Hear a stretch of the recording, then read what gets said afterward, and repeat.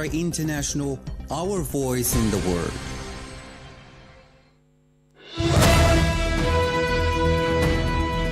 This is the English service of Radio Algeria International. It's time for the news. In today's top stories, Algeria's permanent representative to the African Union, Mr. Mohamed Khalid, has emphasized the direct impact of climate change to peace and security in Africa and stressed the importance of adopting a common African position on climate, peace and security. In the state of Palestine, UNRWA warned against the alarming situation in Gaza on account of the Israeli occupation restrictions on the access of humanitarian aid. At the AI summit in New Delhi, several countries called for promoting safe, trustworthy and robust AI to maximize social and economic benefits.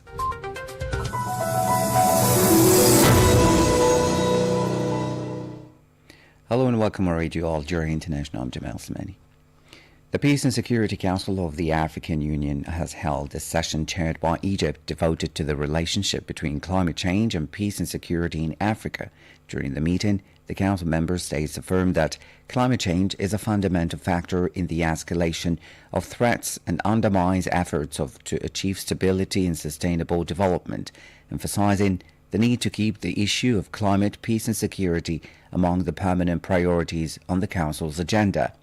In his address, the Algerian permanent representative to the African Union, Mr. Mohamed Khalid, emphasized the direct impact of climate change on the increased risks to peace and security on the African continent, stressing the importance of accelerating the adoption of the common African position on climate, peace and security, on the importance of completing the study assessing climate-related security risks and activating the threat matrix as a tool within the early warning system to respond instantly to the effects of climate change on peace and security on the African continent. The Algerian diplomat also stressed the importance of providing rapid humanitarian support to the most vulnerable groups and activating continental disaster response mechanisms such as the African Humanitarian Agency and the Continental Civil Capacity Mechanism for Disaster Preparedness and Response on the one hand, and the mobilization of the humanitarian aid to the continental and international levels on the other.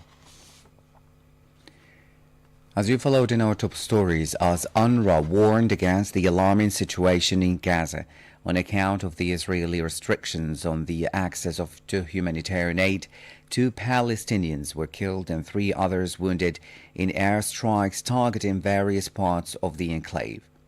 According to the news agency Wafa, the strikes hit areas east of the city of Gaza and Khan Yunis in the southern part of the Palestinian territory.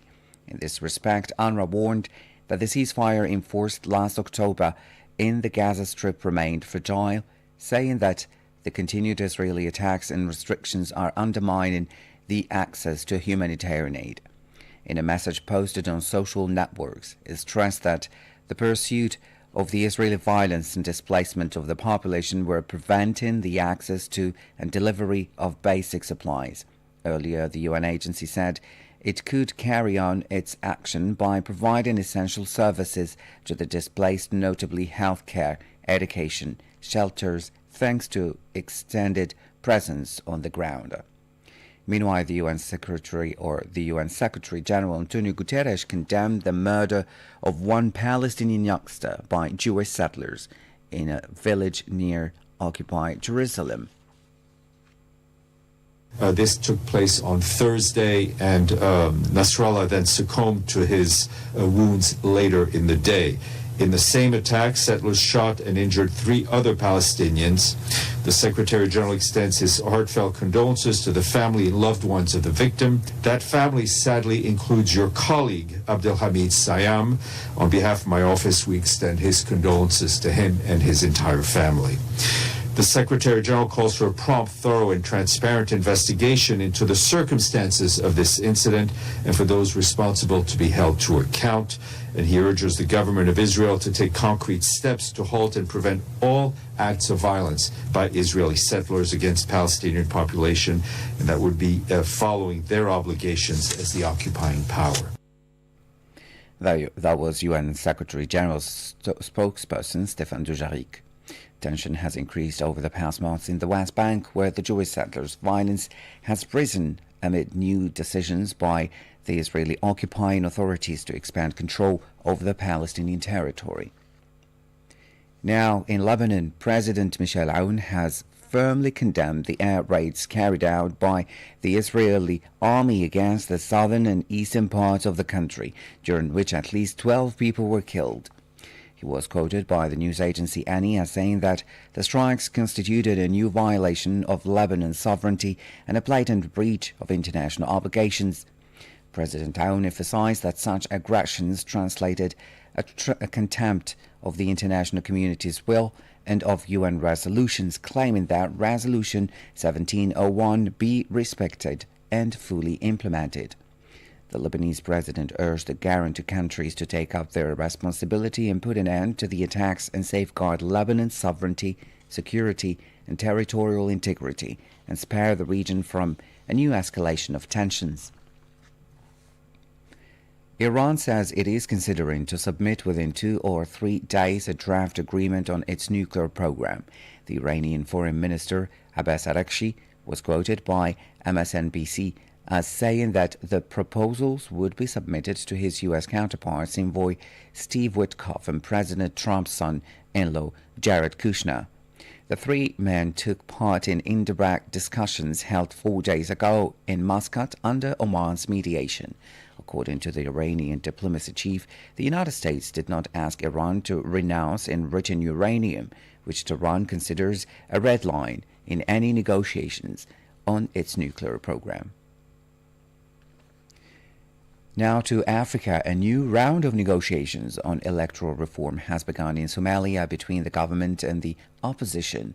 This was reported by the Somali news agency SONA, saying that a meeting attended by the country's president Hassan Sheikh Mohamud and members of the Council of the Future of Somalia, which brings together the opposition, was held at the head of state's residence in Mogadishu. The parties discussed preparations for the upcoming elections, strengthening national unity and cohesion, and resolving political disputes. The participants aim to reach a national consensus before the 15th of May. In addition, the meeting drew attention to the deteriorating humanitarian situation in the country due to the persistent drought.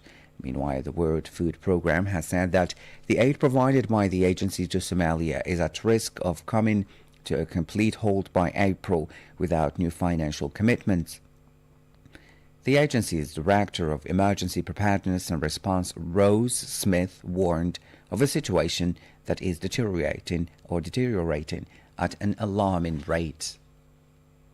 We are very concerned about the deteriorating humanitarian situation in the country. Somalia is in the midst of a very complex hunger crisis. 2 rainy seasons have failed and conflict and insecurity persist. Millions of people have been forced to flee their homes in search of shelter, food, and basic services. And all of these have pushed the Somali humanitarian response to the brink. Making matters worse is the severe lack of resources, and our life-saving, WFP's own life-saving emergency food and nutrition assistance in Somalia will come to an end in a few weeks' time unless new and urgent funding is secured. So I'm here today to really issue an alert. The world must pay attention to the millions of vulnerable women, men, and children suffering in Somalia. Today, what we're seeing is a quarter of the population, so 4.4 million people, are facing crisis levels of food insecurity or worse, including 1 million men, women, and children experiencing severe hunger. That was the World Food Programme Director of Emergency Preparedness and Response, Rose Smith. At the AI Summit in New Delhi, 86 countries and 2 international organizations, including the United States and China, stated that promoting safe, trustworthy, and robust AI is essential to building trust and maximizing social and economic benefits. The joint statement issued at the end of the meeting does not include any concrete commitments, but highlights several voluntary and non-binding initiatives, in particular to pool AI research capabilities at the international level. During a side event held At the AI Impact Summit, UN Secretary-General Antonio Guterres addressed the critical role of science in governing artificial intelligence. He announced the establishment of an independent international scientific panel on artificial intelligence aimed at bridging the knowledge gap and providing a solid foundation for AI governance. We are barreling into the unknown. AI innovation is moving at the speed of light, outpacing our collective ability to fully understand it, let alone govern it. AI does not stop at borders, and no nation can fully grasp its implications on its own. If you want AI to serve humanity, policy cannot be built on guesswork. It cannot be built on hype or disinformation. We need facts we can trust and share across countries and across sectors. Less noise, more knowledge. That is why the United Nations is building a practical architecture that puts science at the center of international cooperation on AI. And it starts with the Independent International Scientific Panel on Artificial Intelligence. Mr. Guterres said the establishment of the Independent International Scientific Panel on Artificial Intelligence aims to assess the impact of AI on various economies and societies, ensuring that all countries can make informed decisions regarding AI technologies. This panel is designed to help close the AI knowledge gap and assess the real impacts of AI across economies and societies, so countries at every level of AI capacity can act with the same clarity. It is fully independent, it is globally diverse, and it is multidisciplinary because AI touches every area of every society. And I'm delighted that the General Assembly of the United Nations confirmed the 40 experts I proposed to member states. Now the real work begins on a fast track to deliver a first report ahead of the global dialogue on AI governance in July. The panel will provide a shared baseline of analysis, helping member states move from philosophical debates to technical coordination and anchor choices in evidence. So policy is neither a blunt instrument that stifles progress, nor a bystander to harm. Let's recall that yesterday the United States totally rejected any global governance of artificial intelligence. You're still listening to Radio Algeria International. Stay tuned.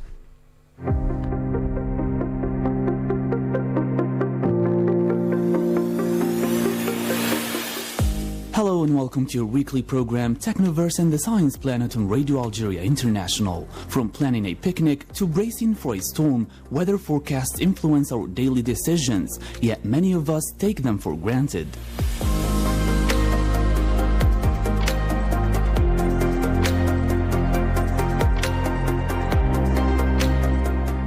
How do meteorologists, the scientists who study the atmosphere, predict tomorrow's weather, next week's storms, or even extreme weather months in advance? Today, we will uncover the science behind weather forecasting, explore the technology that makes it possible, and explain why forecasts are sometimes right and sometimes not.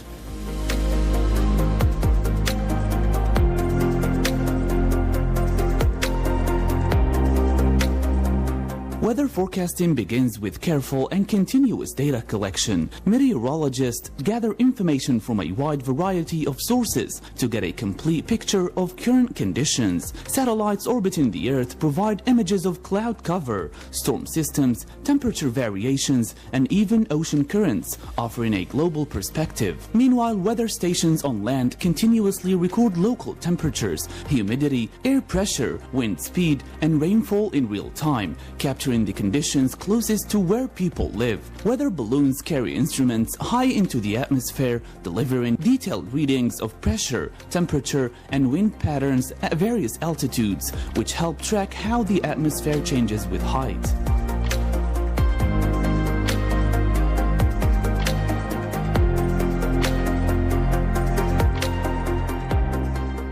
At the same time, buoys and ships collect data from oceans, providing crucial insights into currents, sea surface temperatures, and storm formation, information that is essential for predicting extreme weather and understanding larger climate systems. All these measurements coming together from land, sea, and sky give meteorologists a detailed and dynamic snapshot of the atmosphere. This rich data set forms the foundation for accurate forecasting and allows scientists to detect patterns that guide their predictions.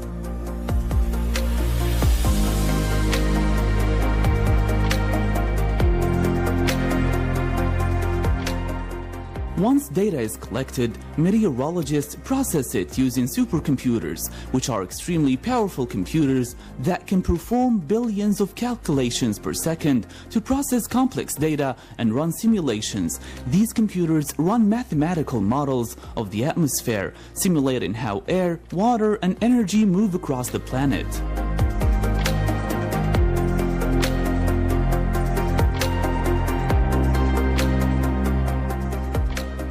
By dividing the Earth into a giant 3D grid, models calculate how weather patterns might evolve over hours, days, and even weeks. Different models can produce slightly different predictions. Meteorologists compare results from multiple models, review historical patterns, and apply expert judgment to produce the forecast we see on TV, online, or in apps.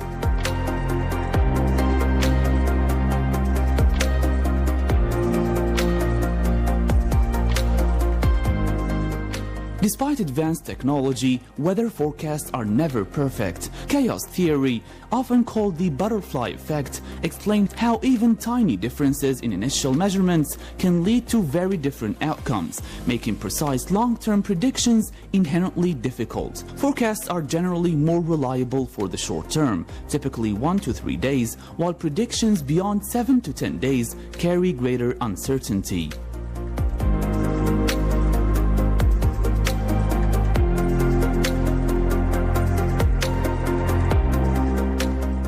Local factors such as mountains, coastlines, urban heat islands, or microclimates can further complicate predictions, creating variations even within a small region. Moreover, unpredictable atmospheric events and rapid weather changes can challenge even the most sophisticated models. Still, modern forecasting powered by satellites, supercomputers, and complex climate models is remarkably accurate. It provides early warnings that have saved countless lives by predicting hurricanes, floods, heat waves, blizzards, and other extreme weather events, allowing communities to prepare and respond effectively.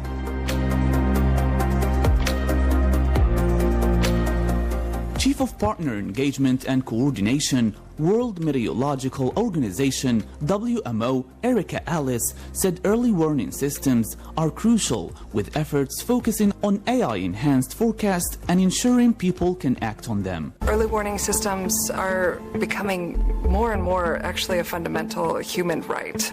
Early warning systems really provide an indication before a hazard, and it enables people to act in advance of the hazard and really protect themselves. But only half of WMO's members have indicated that they have a fully functioning multi-hazard early warning system. So we're really working, especially with the least developed countries and developing countries, to enhance their capabilities to access the most recent and up-to-date information and tailor this to their local needs. We're enhancing our forecasting capabilities through a number of different avenues. So we are looking at more investments within observations and forecasting. We're also looking at how we integrate new technologies such as artificial intelligence to really enhance the quality of the forecast. You can have a really tremendous forecast and early warning, but if it doesn't reach people or they're not able to act on it, then it's really not meeting the target of having everyone protected by early warning systems.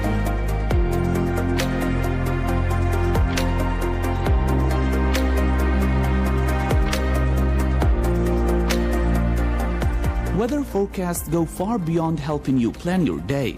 They are essential for safety and economic planning. Farmers rely on forecasts to decide when to plant, irrigate, and harvest crops, protecting food supplies. Airlines, shipping companies, and logistics operators adjust schedules based on predicted weather conditions. Governments issue warnings for storms, heat waves, floods, and other extreme events to protect communities. Forecasts help manage electricity and optimize renewable energy production, such as wind and solar power. By understanding what the weather will do, communities can prepare, reduce losses, and save lives.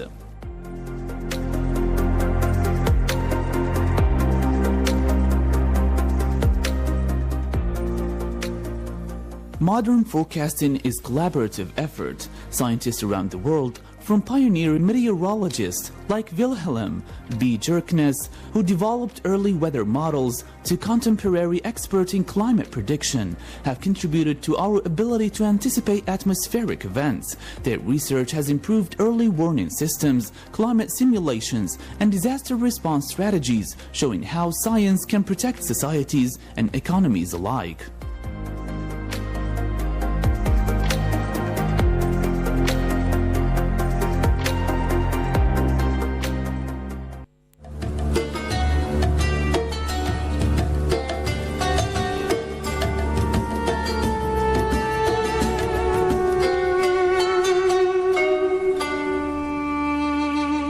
Muslim scientists and inventors, including Arabs, Persians and Turks, were probably hundreds of years ahead of their counterparts in the European Middle Ages. The Muslims made outstanding discoveries and wrote countless books about medicine, surgery, physics, chemistry, philosophy, astrology, geometry, and various other fields. In this program, we discuss the most famous Muslim scientists and inventors and their wonderful inventions. In today's program, we shed light on one of the greatest thinkers and scientists of history. Today we talk about Abu Walid Muhammad ibn Rushd.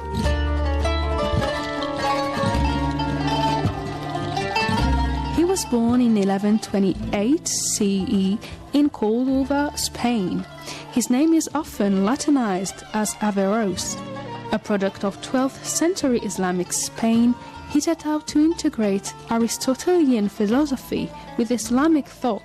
A common theme throughout his writings is that there is no inappropriateness between religion and philosophy when both are properly understood.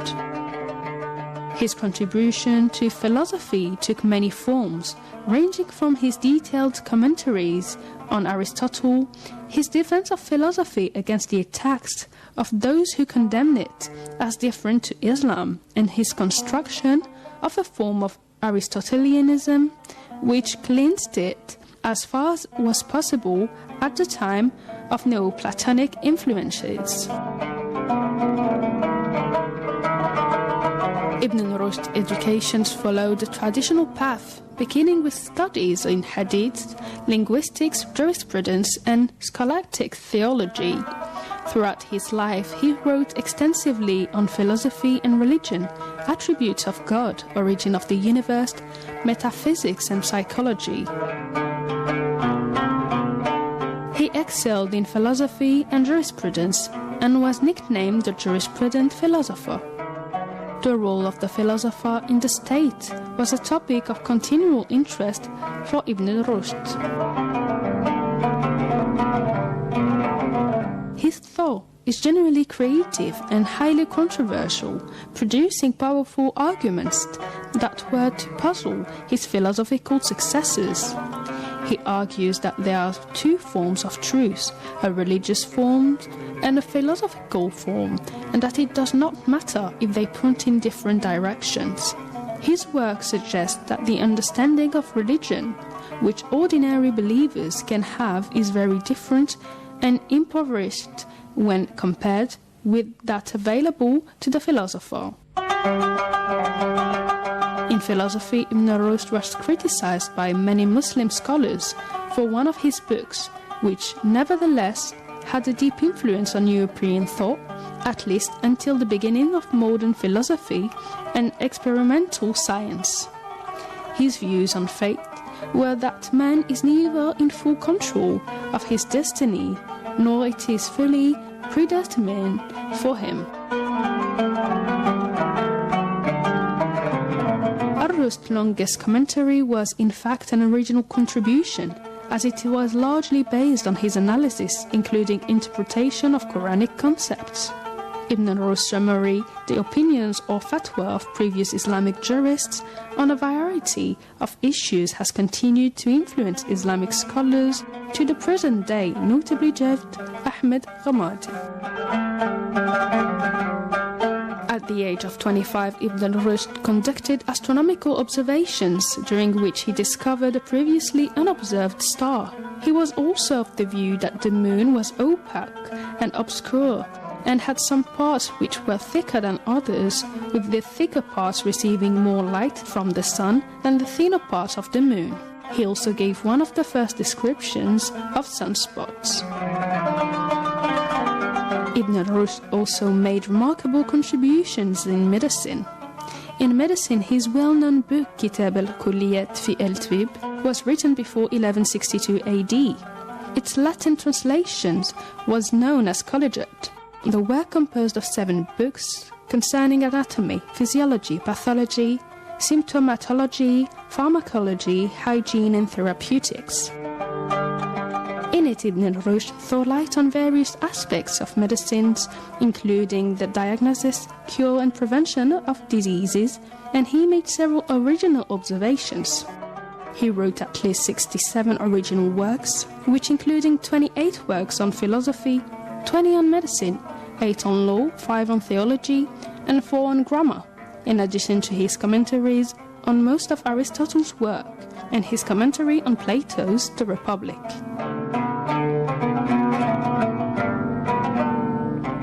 A careful examination of his works reveals that he was a deeply Islamic man. As an example, we find in his writing, quote, "Anyone who studies anatomy will increase his faith in the omnipotence and oneness of God the Almighty." End of quote. He believed that the true happiness for man can be achieved through mental, and people cannot enjoy psychological health unless they follow ways that lead to happiness in the hereafter, and unless they believe in God. Ibn Rushd died in Marrakesh in 1198, where he was buried. 3 months later, his body was moved to Cordova, his birthplace. His works remained an important influence on future great thinkers and creative minds.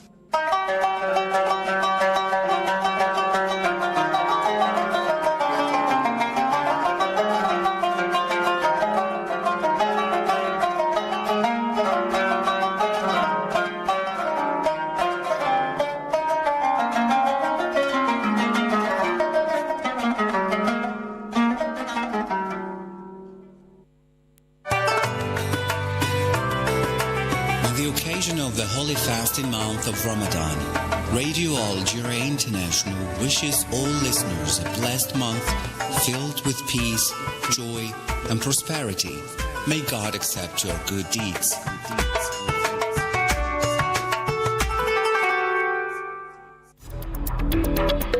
مع إذاعة الجزائر الدولية لن تفوتكم لحظة واحدة من الأخبار السياسية والاقتصادية الهامة. إذاعة الجزائر الدولية، صوتنا في العالم. العالم يتغير وبسرعة، ونحن نتابع وبدقة.